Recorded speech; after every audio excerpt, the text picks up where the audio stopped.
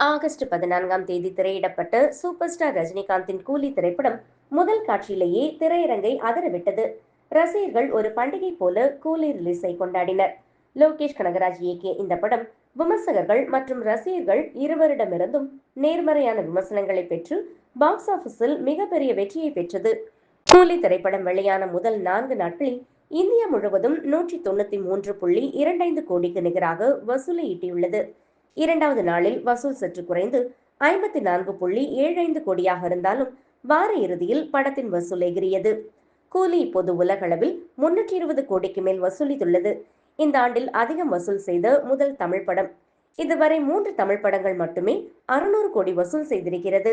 இதே வேகத்தில் சென்றால் கூலி 600 கோடி வசூல் செய்ய வாய்ப்பிருக்கிறது. கூலியின் வெற்றிக்கு மற்றும் ஒரு காரணம் ரஜினிகாந்தின் 50 ஆண்டு திரை வாழ்க்கையை குறிவைத்து எடுக்கப்பட்ட படம். வார் 2 படத்துடன் கடுமையான போட்டி இருந்தாலும் கூலி தனிக்காட்டு ராஜா போல பாக்ஸ் ஆபீஸில் கெத்து காட்டி வருகிறது.